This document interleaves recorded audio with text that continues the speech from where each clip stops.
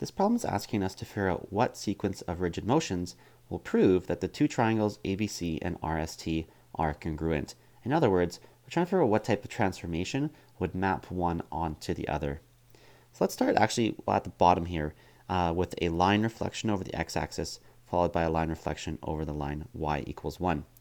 So visually, you can see if we reflect it over the x-axis, it's going to move down to here, and then a line reflection over the line y equals 1. Well, first we got to think, where is that line they're talking about? Well, y equals 1 is this line going across here. So if we were then to reflect the triangle across that, then it would move way up here. So definitely does not map onto RST. Okay, next. Our third option says a line reflection over the x-axis. So again, we will flip it down, bring it down to here. Oh, sorry. I just got mixed up with that line. Let's get rid of that blue line there. Okay, so it's going to get reflected down to here, and then a translation 6 units to the right.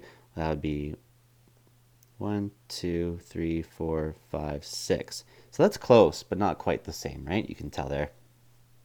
Now I'm going to skip to the first option, the one that says a line reflection over the line y equals x.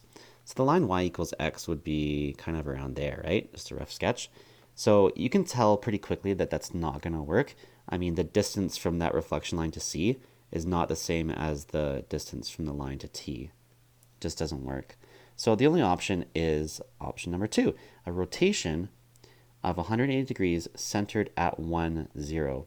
That could be a little hard to visualize, but the line 1, 0 is right there, and kind of a good giveaway to tell that it is indeed going to work is notice that point C, let me use a different color here, is 2 to the left and 2 up from that rotation point. And then as we do a 180 spin, it is now 2 to the right and 2 down. So it's kind of hard to visualize, but that is definitely mapping onto itself.